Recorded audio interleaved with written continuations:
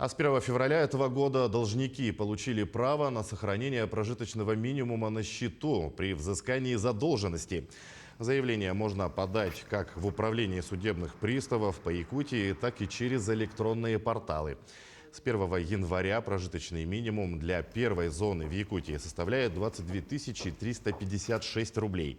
Для трудоспособного населения 24 369 рублей. Для пенсионеров 19 227 рублей, а для детей 23 229 рублей.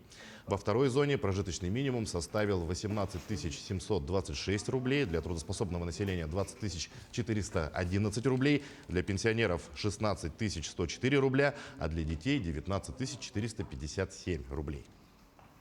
Для того, чтобы воспользоваться правом сохранения прожиточного минимума на счету, должнику необходимо обратиться с заявлением в то подразделение судебных приставов, где ведется исполнительное производство.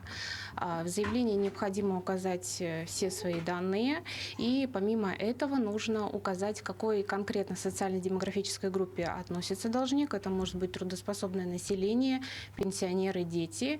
И также необходимо приложить реквизиты одного банковского счета, на котором предполагается, что будут сохранены денежные средства в размере прожиточного минимума, установленные в Республике Саха-Якутия.